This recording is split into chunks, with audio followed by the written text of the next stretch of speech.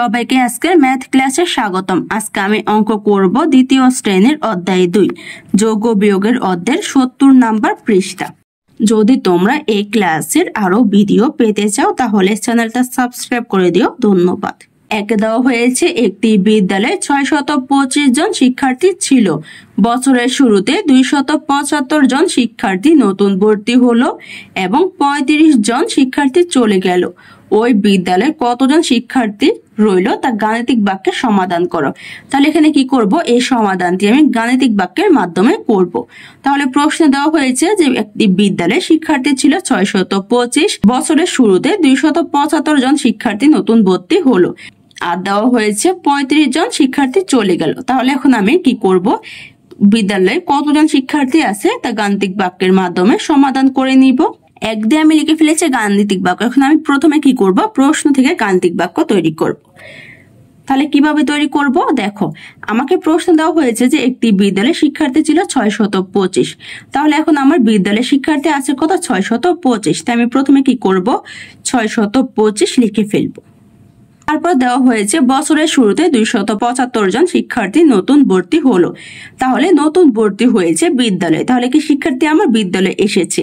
আর আসা মানে কি শিক্ষার্থীর সংখ্যা বেড়ে গেছে, বেড়ে যাওয়া, তাহলে বেড়ে যাওয়া মানে যোগ। তাহলে কি করব, আমি যোগ দিয়ে 275 লিখে ফেলবো।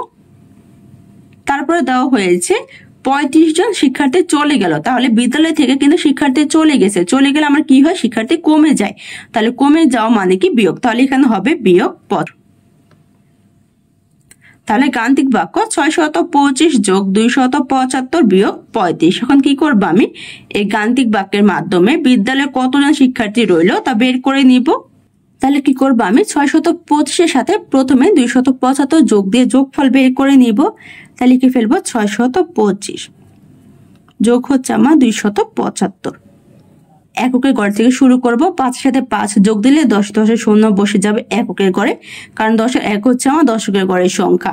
দশকের ঘরে 2 আর 7, তাহলে 2 এর সাথে 1 যোগ দিলে কত, 3, 3-এর সাথে 7 যোগ দিলে 10, 10-এর শূন্য বসে যাবে দশকের ঘরে, কারণ 10-এর এক হচ্ছে আমার শতকের ঘরের সংখ্যা। শতকের ঘরে 6 আর 2, 6-এর সাথে 2 যোগ দিলে কত হবে আমার 8, আর এখানে হাতের 1 যোগ দিলে কত হবে 9, তাহলে কত হয় আমার 9 শত।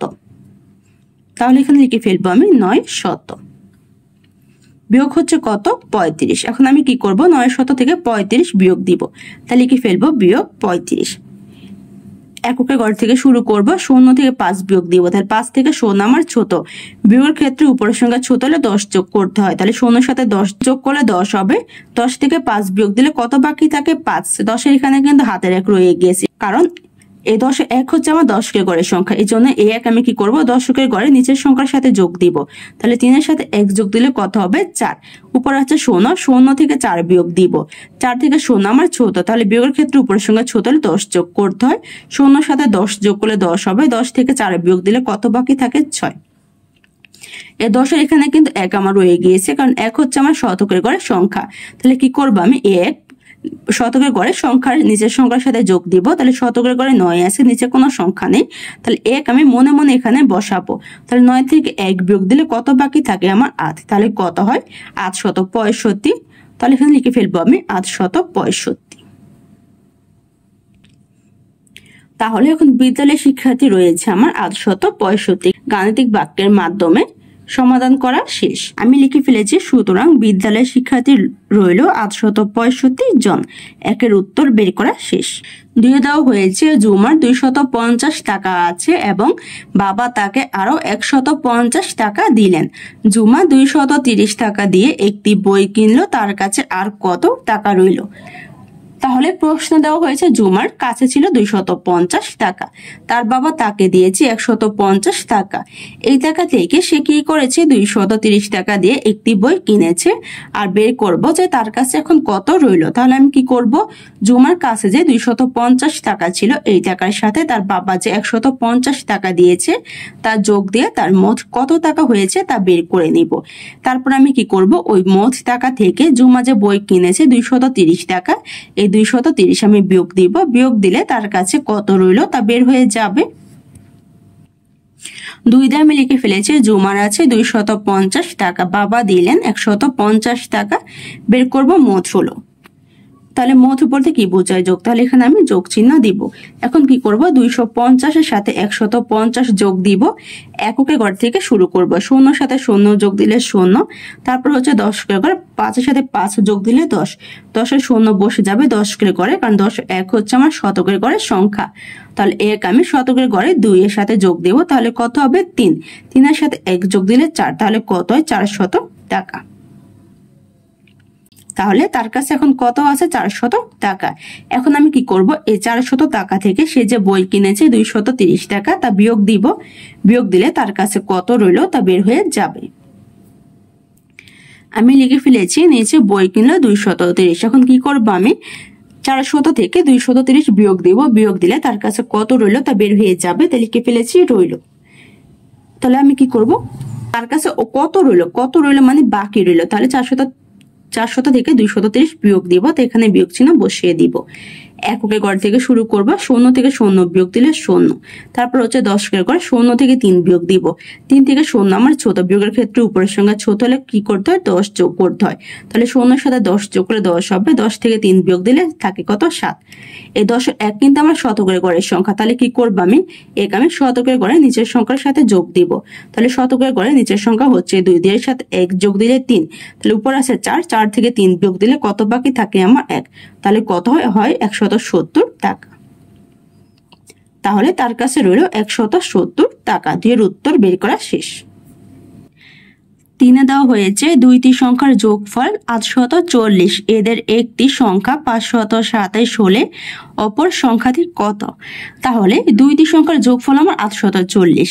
তাহলে 840 হচ্ছে কিন্তু আমার দুইটি সংখ্যার যোগফল। এই দুইটি সংখ্যার মধ্যে আমাকে একটি সংখ্যা দেওয়া হয়েছে 527, আর বের করতে বলা হয়েছে অপর সংখ্যাটি কত।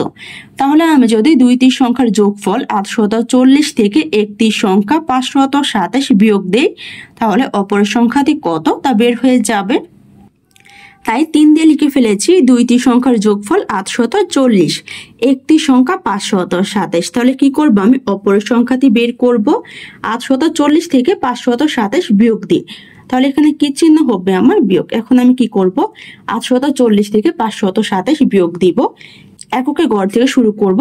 0 থেকে 7 বিয়োগ দিব। 7 থেকে 0 আমার ছোট, তাহলে বিয়োগের ক্ষেত্রে উপরের সংখ্যা ছোট হলে কি করতে হয়? ওই সংখ্যার সাথে 10 যোগ করতে হয়। তাহলে 0-এর সাথে 10 যোগ করলে 10 হবে। 10 থেকে 7 বিয়োগ দিলে কত বাকি থাকে? আমার 3। এই 10-এর এখানে 1 কিন্তু আমার 10-এর ঘরের সংখ্যা। তাই কি করব, আমি এই 1 10-এর ঘরে নিচের সংখ্যার সাথে যোগ দিব। তাহলে 10-এর ঘরে 4 আর 2, 4 আর 2 নিচের সংখ্যা হচ্ছে 2, 2 এর সাথে 1 যোগ দিলে কত? 3। তাহলে কি করব, 4 থেকে 3 বিয়োগ দিব। 3 থেকে কিন্তু উপরের সংখ্যা 4 আমার বড়, তাই 4-এর সাথে 10 যোগ করতে হবে না, আমি সরাসরি বিয়োগ দিয়ে বিয়োগফল বের করে নিব।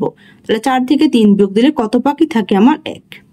তারপর হচ্ছে শতকের ঘর। শতকের ঘরে কত? 8 আর 5, 8 থেকে 5 বিয়োগ দিব। তাহলে 8 থেকে 5 চলে গেলে কত বাকি থাকে? আমার 3। তাহলে কত হয়? 313। তাহলে অপর সংখ্যাটি কত? 313। 3 এর উত্তর বের করা শেষ। 4-এ দেওয়া হয়েছে একজন দোকানদার সপ্তাহে আয় করেন 920 টাকা এবং সপ্তাহে ব্যয় করেন 675 টাকা। সপ্তাহ শেষে তার নিকট কত টাকা জমা থাকে? তাহলে প্রশ্ন দেওয়া হয়েছে যে দোকানদার সপ্তাহে আয় করেন 920, সপ্তাহে ব্যয় করেন 675, আর বের করতে বলা হয়েছে সপ্তাহ শেষে তার নিকট কত টাকা জমা আছে। তাহলে এখানে কিন্তু আয় হবে আমাকে সপ্তাহে দেওয়া হয়েছে এবং বের করতে বলা হয়েছে সপ্তাহ শেষে। তাহলে এখানে যেহেতু সপ্তাহে দেওয়া হয়েছে, তাই আমি কি করব, এখন সপ্তাহের আয় থেকে সপ্তাহের ব্যয় বিয়োগ দিব। বিয়োগ দিলে সপ্তাহ শেষে তার নিকট কত টাকা জমা থাকে তা বের হয়ে যাবে। 4 দিয়ে লিখে ফেলেছি সপ্তাহে আয় করেন 920 টাকা, সপ্তাহে ব্যয় করেন 675 টাকা। বের করব সপ্তাহ শেষে জমা থাকে।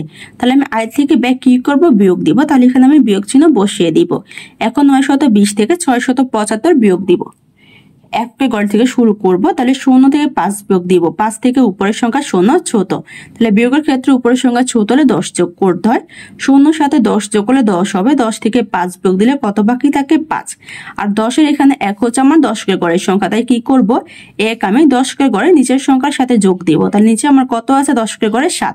7-এর সাথে 1 যোগ দিলে কত হবে? 8। উপরে আছে কত? 2, 2 থেকে 8 বিয়োগ দিব। তাহলে 8 থেকে 2 আমার ছোট, বিয়োগের ক্ষেত্রে উপরের সংখ্যা ছোট হলে 10 যোগ করতে হয়। তাহলে 2 এর সাথে 10 যোগ করলে 12, 12 থেকে 8 বিয়োগ দিলে কত বাকি থাকে? 4। এখানে 10, 10 এর এখানে কিন্তু 1 আমার শতকের ঘরের সংখ্যা, তাই কি করব? 1 আমি শতকের ঘরে নিচের সংখ্যার সাথে যোগ দিব। তাহলে 6 সাথে 1 যোগ দিলে কত? 7। উপরে হচ্ছে কত? 9, 9 থেকে 7 বিয়োগ দিব। 7 থেকে 9 আমার বড়, তো এখানে আমার 9 এর সাথে 10 যোগ করতে হবে না, সরাসরি বিয়োগ দিয়ে বিয়োগফল বের করে নিব। তাহলে 9 থেকে 7 বিয়োগ দিলে কত বাকি থাকে আমার? 2। তাহলে কত হয়? 245 টাকা। তাহলে সপ্তাহ শেষে জমা থাকে 245 টাকা। 4-এর উত্তর বের করা শেষ। আজকের ক্লাসটি এখানে শেষ। সবাইকে দেখার জন্য ধন্যবাদ। যদি তোমাদের কাছে আমার ক্লাসটি ভালো লেগে থাকে তাহলে চ্যানেলটা সাবস্ক্রাইব করে দিও। ধন্যবাদ।